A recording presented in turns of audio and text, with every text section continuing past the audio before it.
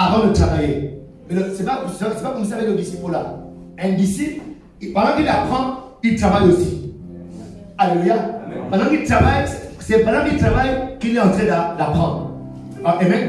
Donc quand on dit que l'on tient un disciple à l'évangélisation, ce n'est pas des cours qu'on te donne, on t'enseigne. Non. On t'enseigne, tu travailles. En même temps, tu travailles, pendant que tu travailles, tu apprends aussi. Alléluia.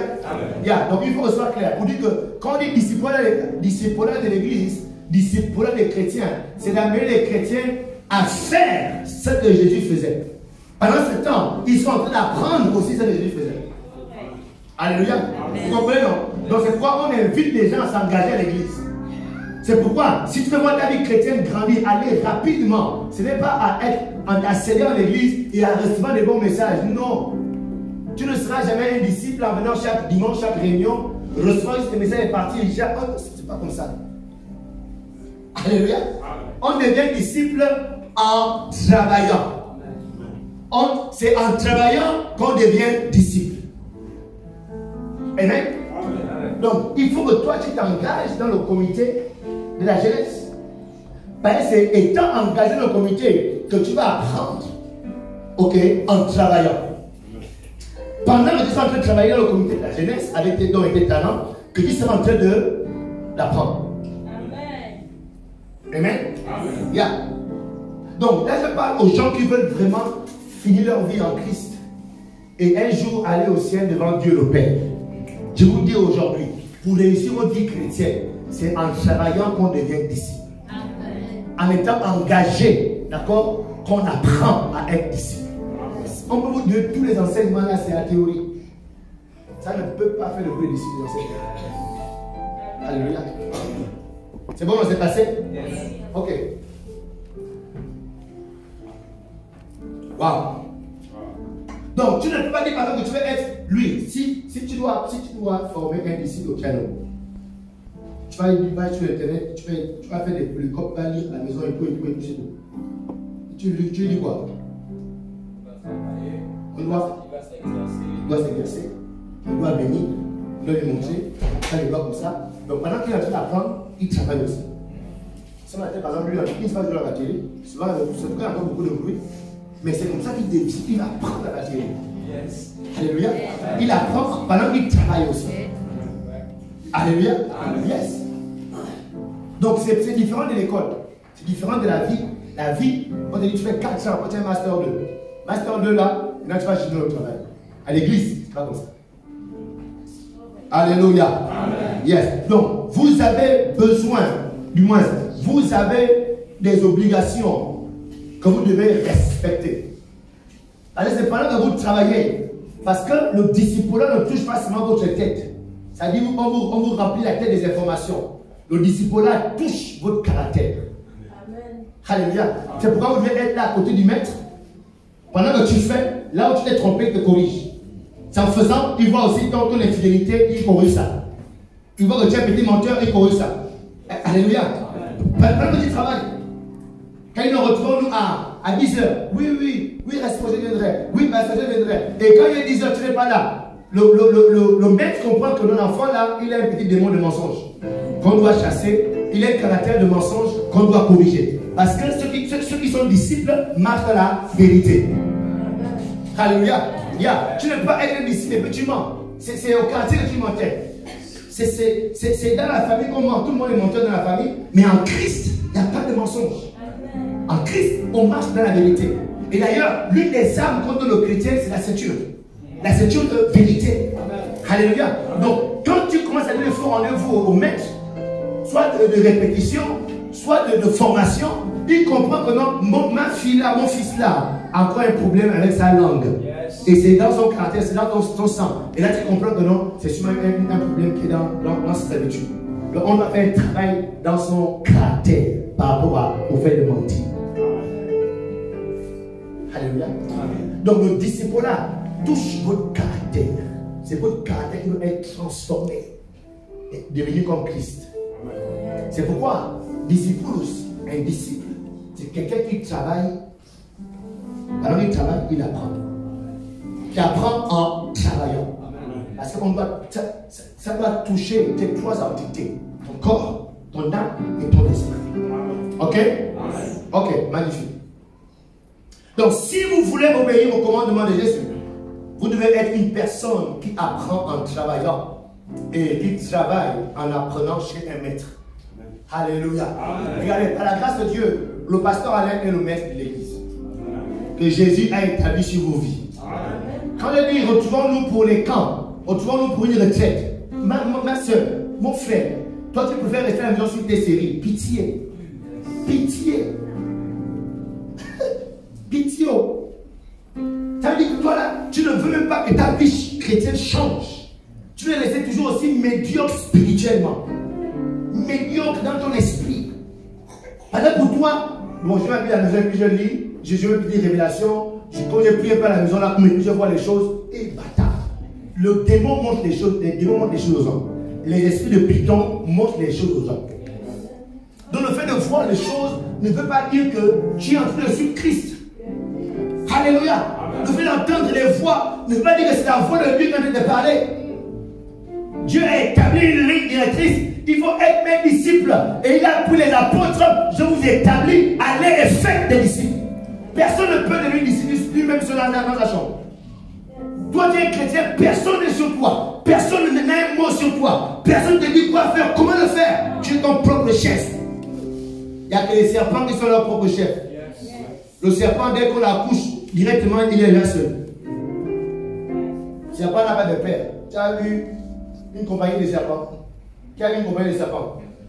Son sang rapidement. Qui a vu une compagnie de serpents? Oui, il y a deux serpents là, papa et maman et les enfants. Oh, les enfants, allons-y, tu. Oh, maman, maman. Oh, papa. Qui a vu ça? Hein? Somme de louange. Vous savez, les cris de joie de tout l'habitant. Oui, 2. Servez l'éternel avec joie à l'église. Oui, 3. Sachez que l'éternel est Dieu. 5. On est quoi? On est le troupeau de son pâturage. On est un troupeau. L'église est un troupeau. 8, verset 4. Entrez avec louange dans ses paradis et tout. Oui, 5. Car l'éternel est bon. Et sa bonté durera toujours. Et sa fidélité de génération en génération. Oui. Ok. Reviens au verset 3 que tu as mis là. Donc la Bible dit quoi? Dans plusieurs versets de la Bible, Dieu qualifie son peuple comme un troupeau de brebis. Le peuple de Dieu n'est pas qualifié comme étant des serpents. Ou bien, ou des lézards. Non, nous sommes des brebis. Qui a déjà vu un groupe de brebis ensemble? Beaucoup de brebis. Là. Et qui a vu les brebis seuls et puis ils sont ensemble, ils sont seuls? Il y a toujours un berger. Alléluia. Donc je suis en train de vouloir corriger quelqu'un ce matin. Si tu veux rester dans le christianisme, tu dois rentrer dans ce qu'on appelle le discipulat. Alléluia. Merci pour l'image. Quand vous voyez un chrétien réussir et être utilisé par Dieu, quand la personne est un disciple, il est sous une discipline. Amen. Mais quand tu vois un chrétien, il est à flop, flop, flop, mais toi, non, flop, flop, flop. Mais tu vois, c'est comme on a ici, après tu es là-bas, flop, flop, flop. Ce sont des chrétiens serpents. Et ton voisin, est-ce que c'est un chrétien serpent? Il y a des voix.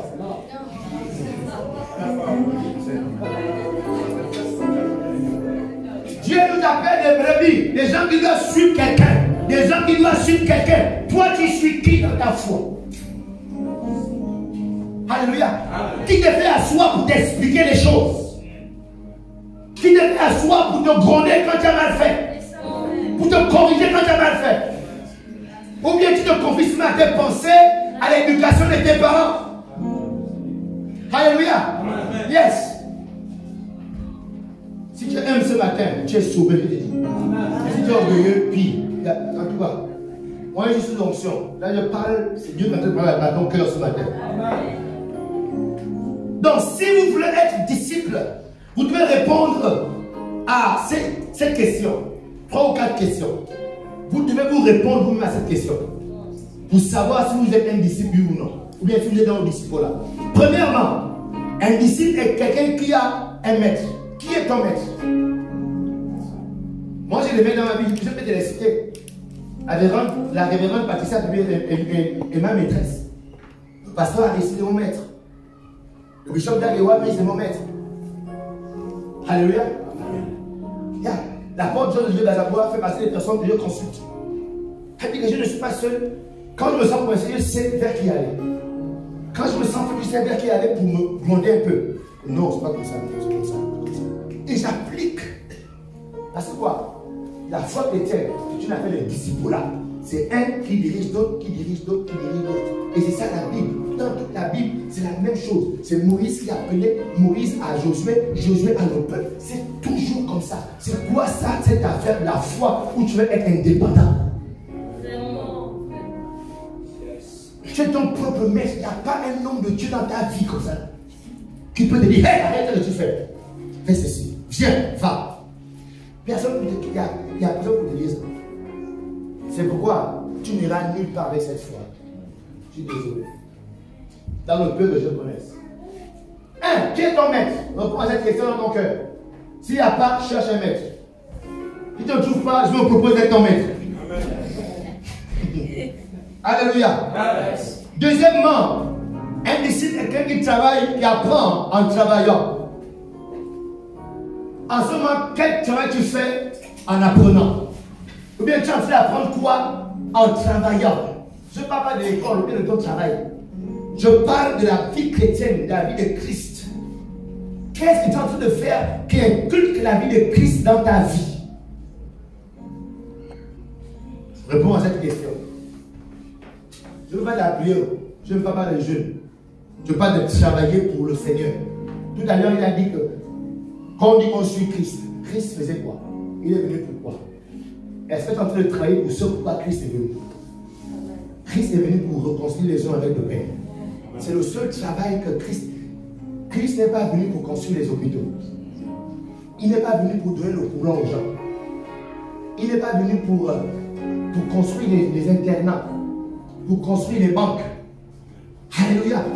Il est venu pour prêcher la repentance aux gens. Que les gens laissent leur mauvaise foi et se réconcilient avec leur Créateur. Ça, c'est le travail de l'Église. Est-ce que tu es en train d'apprendre en travaillant ce travail? Réponds à cette question. Troisièmement, est-ce que tu es en train aussi d'apprendre sans travailler? Parce qu'il y a des gens qui pendant que je parle, moi je m'appelle méditation. Je m'appelle communion avec le Seigneur. Je m'appelle méditation. Depuis que tu as dit méditation, tu es où? Amen. Tu es où? Quel est l'apport dans le corps de Christ? Quel est ton apport de ta vie, de tes grandes révélations-là? Quel est l'apport dans le corps de Christ? C'est pourquoi Jésus est mort à la croix. Ça apporte quoi au travail de Jésus? Alléluia. Je réponds à cette question. Donc, au lieu de rester dans la chambre à lire ta Bible, change. C'est très important de lire la Bible dans la chambre. C'est très capital. Mais ce n'est pas seulement ça. C'est très capital d'avoir une vie de prière. C'est très important. Et je te déconseille d'être un chrétien sans vie de prière, sans vie de méditation. C'est très important. Mais ce n'est pas juste ça. Ça, là, ça te donne la force. Ça te donne des révélations pour le travail. Si tu manges seulement ça, tu as des grandes révélations, tu es satisfait dans tes pensées, satisfait dans tes émotions, ça s'arrête là. Regardez, tu vas devenir très grosse spirituellement. Et l'obésité est une maladie. Tu seras un chrétien malade. Éphésiens chapitre 4, verset 11 à 15. Éphésiens chapitre 4, verset 11 à 15. Dans les marchés. Et il a donné les uns comme apôtres. Là, c'est Jésus qui a fait les dons aux hommes. Jésus, en partant, il a fait les dons aux hommes. Les uns sont des apôtres. Les autres sont des prophètes. Les autres comme des évangélistes. Comme pasteur. Moi, je suis pasteur par la grâce de Dieu.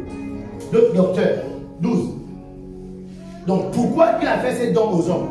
Pourquoi Dieu a donné ces ministères à l'église? Regardez ce qu'il dit. Pour le perfectionnement des saints. Qui sont les saints de l'église? C'est vous qui êtes là.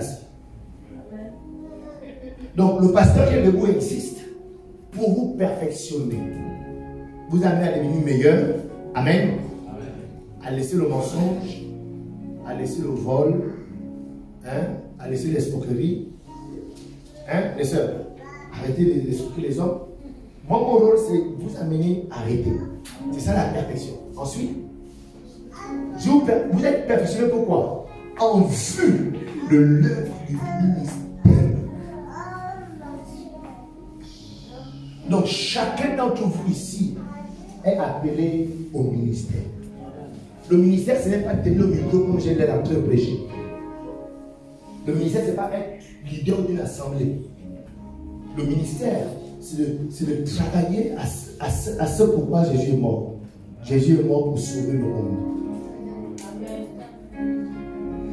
Donc vous êtes perfectionné pour que votre vie soit engagée à sauver les gens de l'enfer, à les réconcilier avec leur Créateur. C'est ça le ministère de tout chrétien. Et il dit, ce n'est pas vous qui m'avez choisi. Jean 15, verset 7. Mais c'est moi pour des choses. Ce ne sont pas les versets, reste là. Afin que vous alliez, il parle au chrétien. C'est moi, Jésus. Personne ici n'a dit, bon, aujourd'hui, là, maintenant, je deviens chrétien. J'ai été trop menteur un peu. Non, non. Quelqu'un t'a parlé et tu es touché. Amen. Amen. C'est Dieu qui nous a trouvés. Personne n'a jamais cherché Dieu. Amen. C'est lui qui t'a trouvé. Moi, je n'ai jamais planifié être un chrétien. Moi, je pensais à tout sauf à être un chrétien. Un jour, j'ai été invité à un concert. Elle chantait. Pendant qu'elle chantait, mon cœur bougeait. Et puis je pleure. Et puis je vais devant. Je deviens chrétien. Qu'est-ce qui s'est passé? C'est Dieu qui m'a choisi. C'est lui qui m'a trouvé. Il a dit quoi? Je suis venu, le Fils de l'homme est venu pour faire quoi? Chercher ceux qui étaient perdus. Nous étions tous des perdus errants. Amen. Lui, il est venu prier. Donc, il dit quoi? Ce n'est pas vous qui m'avez cherché. C'est moi qui vous ai cherché et trouvé. Je vous ai établi. Ok? Ça dit quoi? Je vous ai façonné.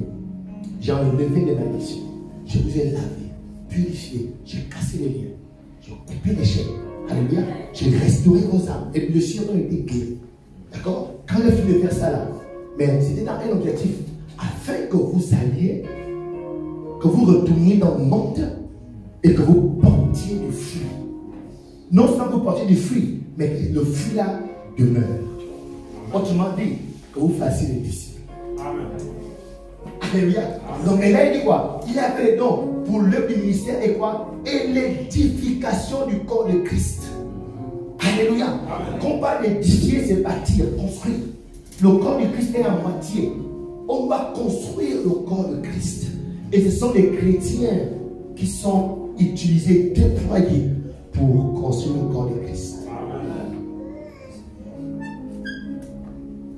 Oui, 13. 13 et 8. C'est que nous soyons tous parvenus à l'unité de la foi et de la connaissance du Fils de Dieu, à l'état d'homme fait, à la mesure de la stature parfaite de Christ. 14. Afin que nous ne soyons plus des enfants flottants et emportés à tout vent de doctrine par la tromperie des hommes, par leur ruse dans les moyens de la séduction. Combien sont ces hommes qui sont flottants et ballottants? Mais la vision de Dieu est que dès que tu es gagné, que tu deviens stable, plus elle a flop, et tu es là, tu es non, c'est que tu n'es pas encore un homme fait. 15, vous terminez. Mais que professant la vérité dans la charité, nous croissions à tous égards à celui qui est le chef, c'est-à-dire Christ.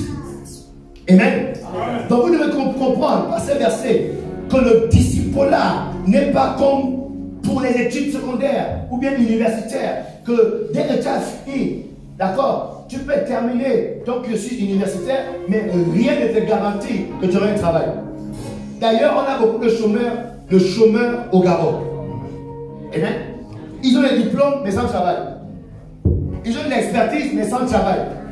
Alléluia. Amen. Mais en Christ, tout appelé a déjà un travail. Dès que tu es appelé, tu as déjà un travail. Amen. Alléluia. Amen. Yes. Dès que tu déjà appelé, si ce matin tu es appelé, si ce matin tu reçois Christ, automatiquement, Christ donne le travail. Celui de réconcilier les hommes avec Dieu. Alléluia. Et derrière ce travail, il y a la récompense. Parce qu'il a dit clairement que voici, écoutez, recherchez d'abord le royaume et la justice de Dieu, et toutes ces choses pour lesquelles les hommes meurent vous seront ajoutées par-dessus tout. Donc derrière le travail que Dieu te donne, il y a ta nourriture. Amen. Alléluia. Amen. Yes. Tu as besoin d'un CV. Tu as besoin d'un papier. Tu as besoin d'un diplôme particulier. Juste besoin d'être un enfant obéissant. Amen. Alléluia. Amen. Un cœur obéissant. Tout chrétien obéissant se retrouve en train de faire ce travail.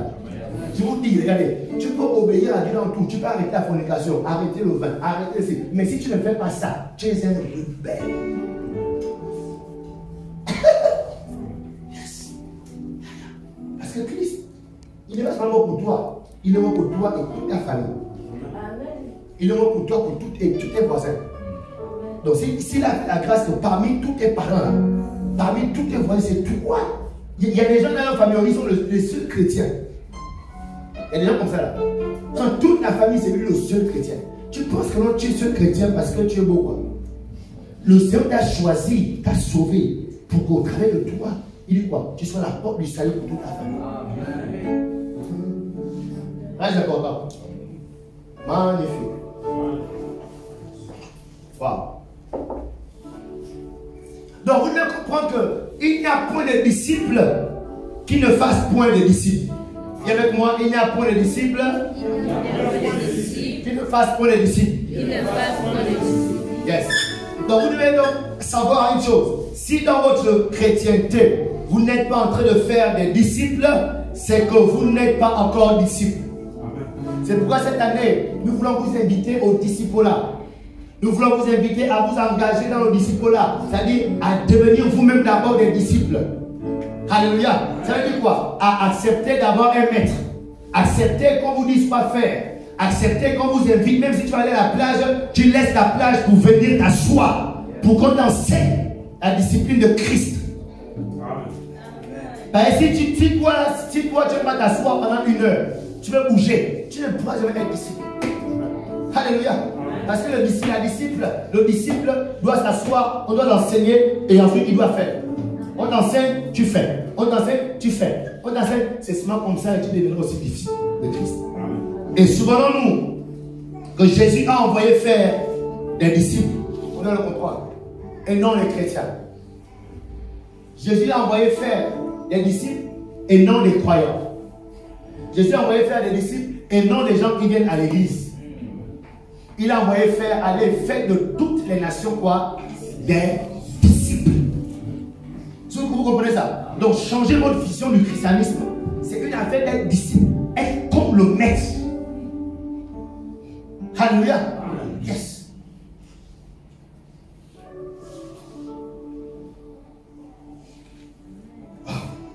Deuxièmement, les caractéristiques d'un disciple.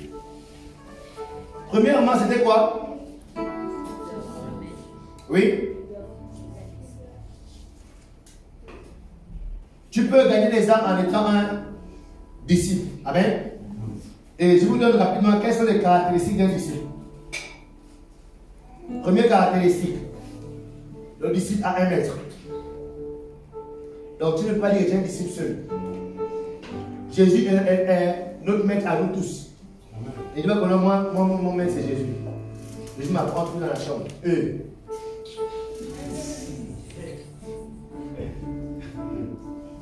Il y a des chrétiens qui ont appris à manger du boga. Oui, mais non. Il est chrétien, mais il vit sa vie chrétienne comme dans le Ngozé. Dans le Ngozé. Le Ngozé, il y a un Ngozé. Ça dit pour eux, le christianisme c'est comme le Ngozé. Le christianisme c'est pas comme le Ngozé. Pour nous, Dieu est plus non, non, non. Le christianisme c'est ordonné. Quelqu'un est sous toi.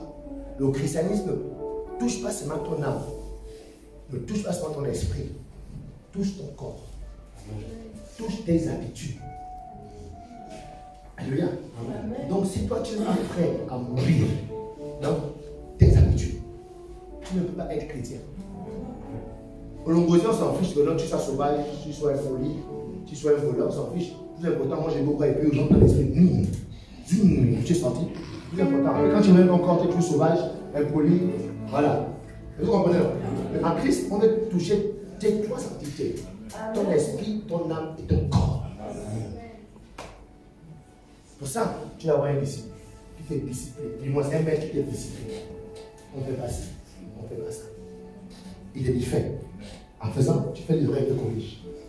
Ça fait mal.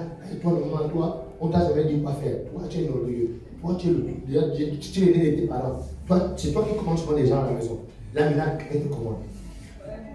Moi, on ne parle pas comme ça. Et les gens comme ça, les disent, non, on ne parle pas comme ça. On te parle comme ça. C'est chez toi qu'on te parle comme ça, mais l'église. On te parle comme ça, mon frère. C'est comme ça. On va casser ton orgueil. Parce qu'elle dit quoi? Dieu résiste à l'orgueil. Quand tu es orgueilleux, il résiste. Donc l'orgueil dans ton cœur là, ça doit être cassé.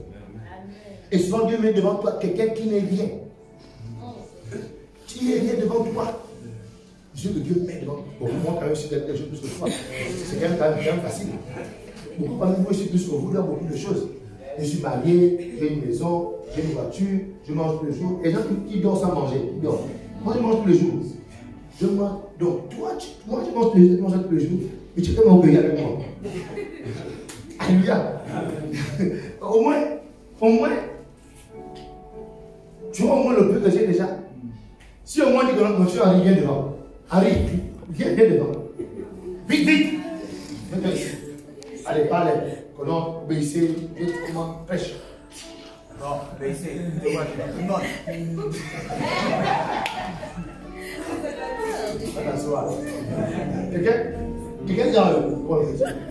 La première là, il a mangé. Là, vous voulez, je peux comprendre que c'est dur pour toi. Mais pour moi, c'est aussi trop dur. Vous savez quoi? Quand l'orgueil a touché ton sang, et que c'est dans la famille, il y a les familles où c'est une famille d'orgueilleux. C'est parce que leur ancêtre était un guerrier. D'accord? C'était un roi dans le monde du vampire. Ok? Donc, l'orgueil est dans le sang. Il y a des familles comme ça là. Toute la famille, tout le monde est orgueilleux. Souvent ils sont très pauvres. Mais vous êtes orgueilleux comment? Parce que c'est dans le sang en fait. Les autres sont orgueilleux à cause de la vie. Ils ont des maisons, des voitures. Mais c'est moi un peu non. Ils ont de l'argent, donc du coup ils font des fiers et tout. Mais il y a d'autres qui sont orgueilleux, mais il n'y a rien. Ça là, c'est maintenant dans le sang. C'est maintenant un démon. C'est pas maintenant un truc sur le chemin. Donc quand tu viens à l'église, s'il te plaît, laisse qu'on te casse ça. On doit te casser ça. Parce que l'une des caractéristiques du disciple de Christ, c'est l'humilité. La Bible dit quoi? Dieu fait grâce à ceux qui sont humbles. La grâce de Dieu est seulement pour les humbles. Mais les orgueilleux, Dieu vous résiste. Dieu résiste à quelqu'un. Toi, tu as la force. Viens d'abord.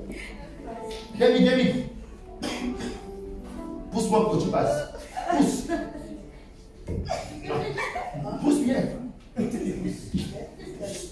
Dieu le sent avec force. Donc même moi là tu n'arrives pas, c'est Dieu que tu vas passer. Dieu résiste aux orgueilleux. Que Dieu te donne un cœur humble au nom de Jésus. Que l'orgueil soit cassé dans ton cœur au nom de Jésus.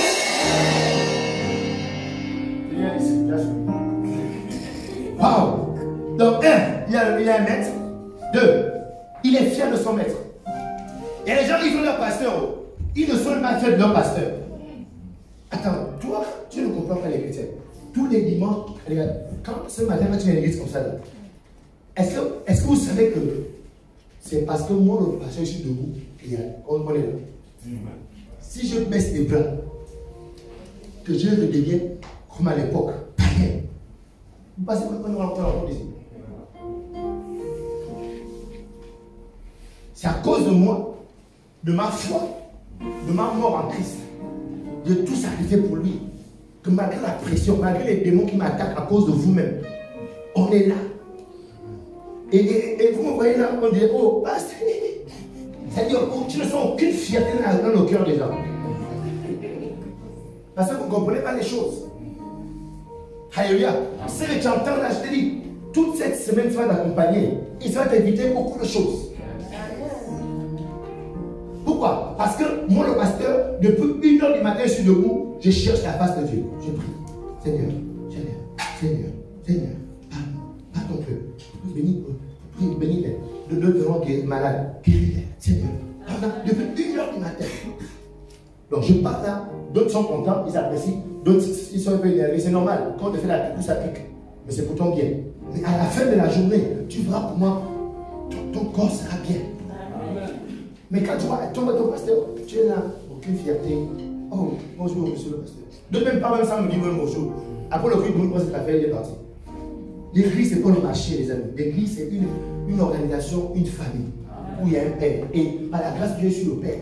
Donc tu ne peux pas te comporter au dîner. Après le cri, tu prends ton sac et puis tu es parti. Donc il faut une connexion. Il faut une connexion. Je ne suis pas votre ami. On n'est pas des amis.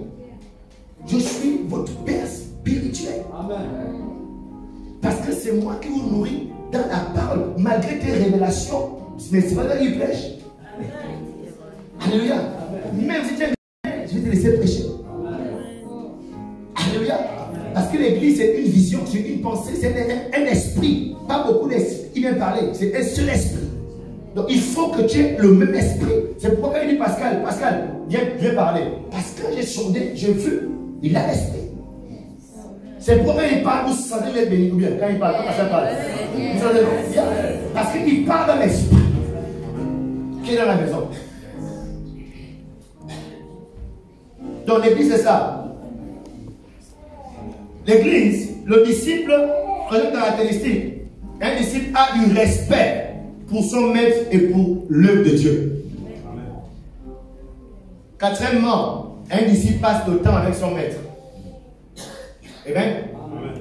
Toi là, tu me vois, mon visage, c'est seulement dimanche que tu vois mon visage. Tu n'es pas vraiment ici. Amen. Yeah. Je vous parle maintenant d'une autre dimension du christianisme, les amis. Je ne parle plus des chrétiens, on vient prêcher. Tu peux aller sur Facebook, il y a beaucoup de prédicateurs. Si c'est sur cette foi que tu veux. Si tu veux une vie chrétienne comme ça, il y a tellement de prédicateurs. Mais si tu veux être un homme fait, une femme faite, Dieu n'a pas changé de façon, de forme. Il te faut un maître. Amen. Et un disciple doit avoir du temps, passe du temps. Parce qu'un berger connaît ses brebis. Et les gens, ils entendent ma voix seulement le dimanche. Toute la semaine, ils entendent beaucoup de voix. Sur Internet, ils entendent. Tu as une vie embrouillée. Je te dis, ta foi sera embrouillée.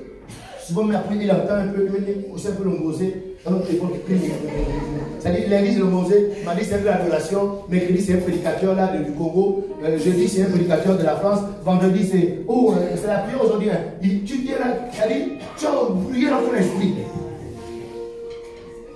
Alléluia. C'est pourquoi il n'y a pas de fou, il n'y a pas la pollution et vos émotions sont embrouillées. Vous n'êtes pas fort dans l'esprit. C'est pourquoi dès que le vent souffle, un peu vous emporter.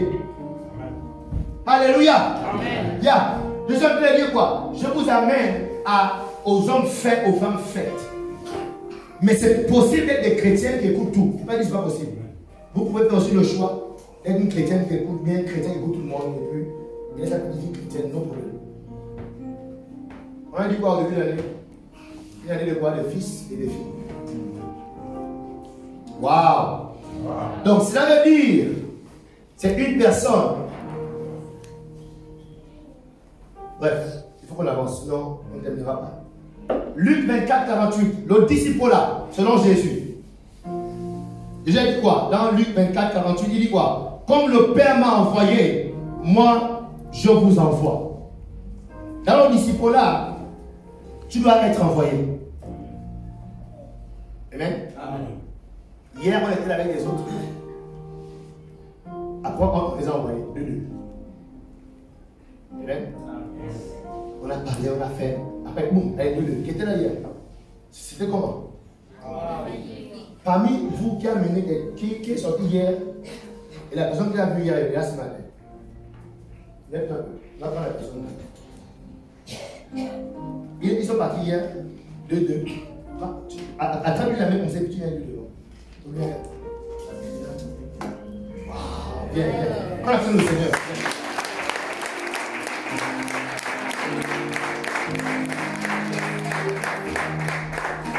Bonjour, maman.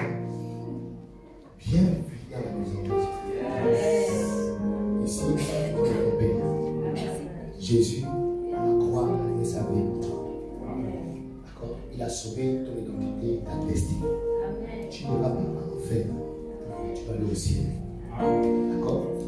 Yes. Félicitations. Dieu bénisse.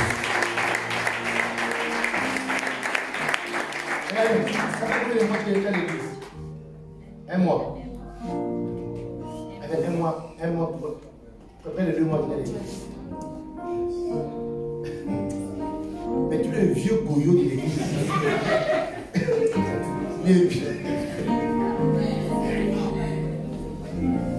Petit, Dieu te bénisse. Là, je suis prochain de donner la parole. Moi, je peux me coucher là. Qui peut lui donner 10 000 pour le féliciter? Là où vous êtes là. Qui peut lui donner 10 000? Qui peut m'aider à lui donner 10 000? Qui peut m'aider? Deux, qui peut m'aider? Voilà, personne ne peut m'aider. Vous êtes tous couchés comme moi. Ça va aller, c'est janvier, ça va aller. Dieu te bénisse.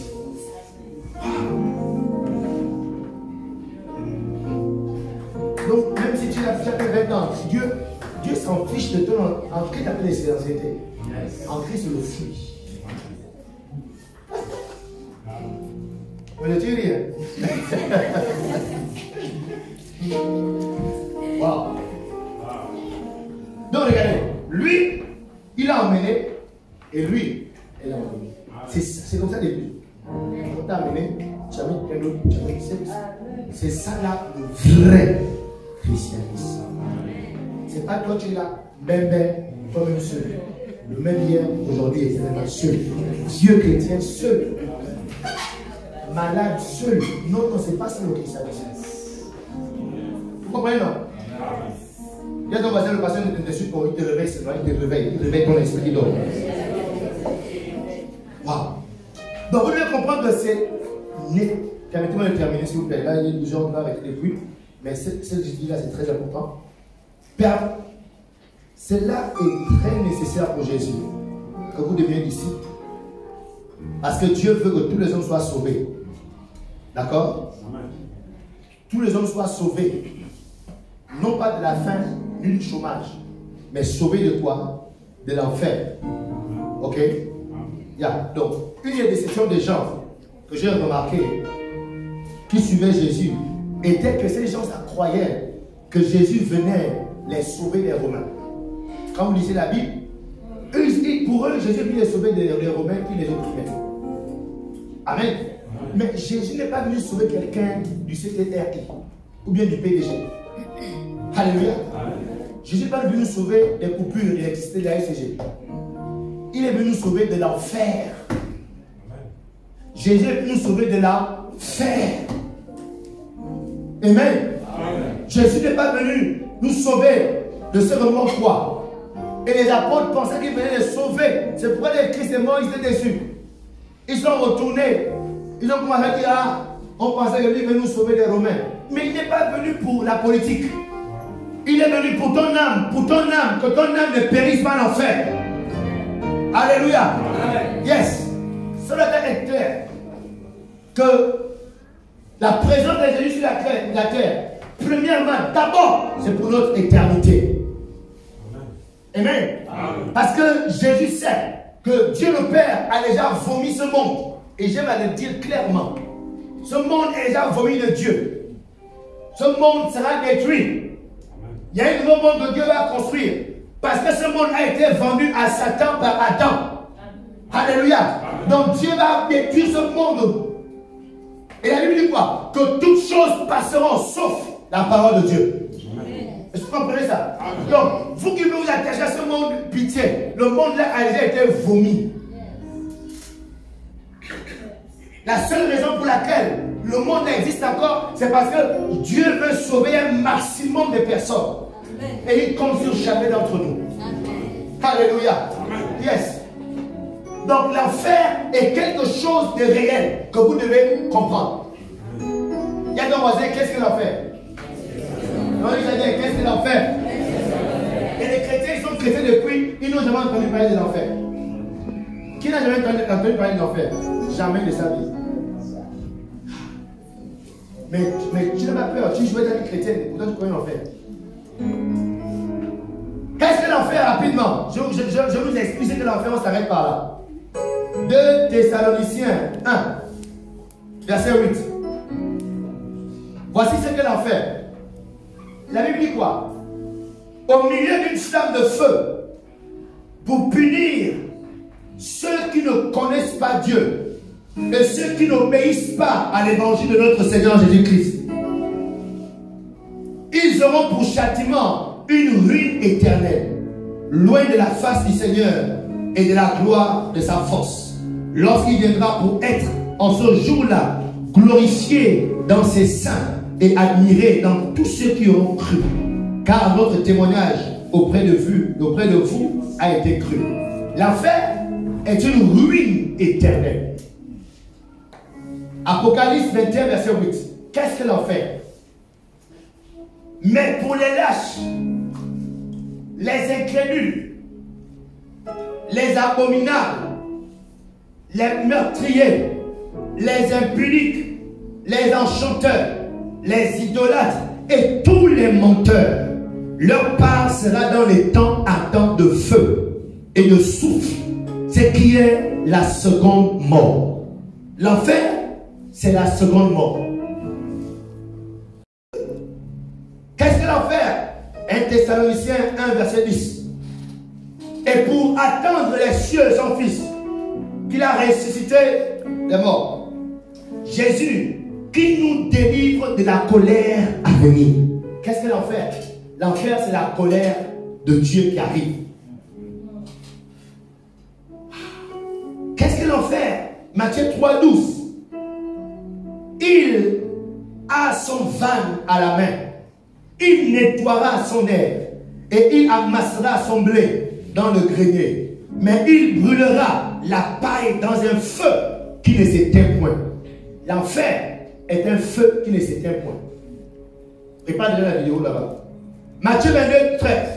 Qu'est-ce que l'enfer? Alors le roi dit aux serviteurs, liez-le, liez-lui les pieds et les mains et jetez-le dans les ténèbres du dehors, où il y aura des pleurs et des graissements dedans. L'enfer est un lieu des pleurs et des graissements dedans. Qu'est-ce que l'enfer? 2 Pierre 2, 17. Ces gens-là sont des fontaines sans eau, des nuées que chasse un tourbillon. L'obscurité des ténèbres leur est réservée. L'enfer, c'est l'obscurité et les ténèbres. Qu'est-ce que l'enfer? Apocalypse 20, verset 10. Et le diable qui les séduisait fut jeté dans les temps de feu et de soufre, où sont la bête et le faux prophète, et ils seront tourmentés jour et nuit au siècle des siècles. Puis je vis un grand trône blanc et celui qui était assis dessus. La terre et le ciel s'enfuirent devant sa face. Wow. Et il ne fut trouvé de la place pour eux. La mer rendit les morts qui étaient en elle. La terre et le séjour des morts rendirent les morts qui étaient en eux. Et chacun fut jugé selon ses œuvres. Et la mort et le séjour des morts furent jetés dans les temps de feu. C'est la seconde mort. Les temps de feu, quiconque ne fut pas trouvé écrit dans le livre de vie fut jeté dans les temps de feu. Ce matin, que ton nom soit inscrit dans le livre de vie. Amen. Verset 15. Quiconque ne fut pas écrit dans le livre de vie fut jeté dans les temps de feu. L'enfer est un étang de feu et de soufre. Alléluia. Amen. Et dans notre vie actuelle, notre monde, il y a beaucoup de vastes lacs de feu et de soufre sur la terre aujourd'hui. Je pense que au lycée, on a étudié le volcan. N'est-ce pas? Les lycéens, le volcan, troisième, je pense. Le volcan. C'est l'étude, hein? Yeah. Le volcan, c'est un lac de feu. Wow. On a étudié ça. La Bible dit, l'enfer est un lac un peu la vidéo. L'enfer, c'est un lac de feu dans lequel ceux qui ne connaissent pas Christ, ceux qui ont refusé l'évangile, ceux qui ont été rebelles à Dieu, vont être jetés. On peut voir la vidéo? Amen. Dans le lac de feu. Je vous enseigne ça parce que ce sont les choses qui font partie de ma vie. J'y pense constamment. Je pense tout le temps à l'enfer. Je m'imagine un enfer et je dis non, je ne veux pas aller à l'enfer. À cause de ça, je préfère perdre les choses sur la terre pour ne pas aller à l'enfer. Moi, je ne veux pas aller à l'enfer. Moi, je veux aller au ciel. Et Jésus m'a donné l'opportunité d'aller au ciel. Il dit, suis-moi, je suis le chemin, la vérité et la vie. Suis-moi. Peu importe ce que tu dois perdre. Peu importe ce que tu dois souffrir sur la terre. Amen. Il vaut mieux perdre maintenant et rire demain. Que de rire maintenant, pleurer demain. Amen. La vidéo est où? Ça rentre toujours. Alléluia. Donc les amis, la Bible parle de ce lac de feu qui est le jugement éternel des pécheurs. Des personnes qui meurent sans avoir donné leur vie à Jésus. Quand les gens meurent sans donner leur vie à Jésus, quand les gens de ta famille, écoutez, quand les gens de ta famille, tes collègues, tes amis meurent sans avoir donné leur vie à Jésus de leur vivant, la fin, c'est le lac de feu. Il n'y a pas de salut quand tu meurs, le pasteur vient prêcher sur ta dépouille et que tu vas. Non, non, non. C'est toi-même qui choisis où tu vas terminer ta vie, le temps vivant. Amen. Yes. Moi, j'ai choisi le ciel. Toi, je ne sais pas si tu as choisi.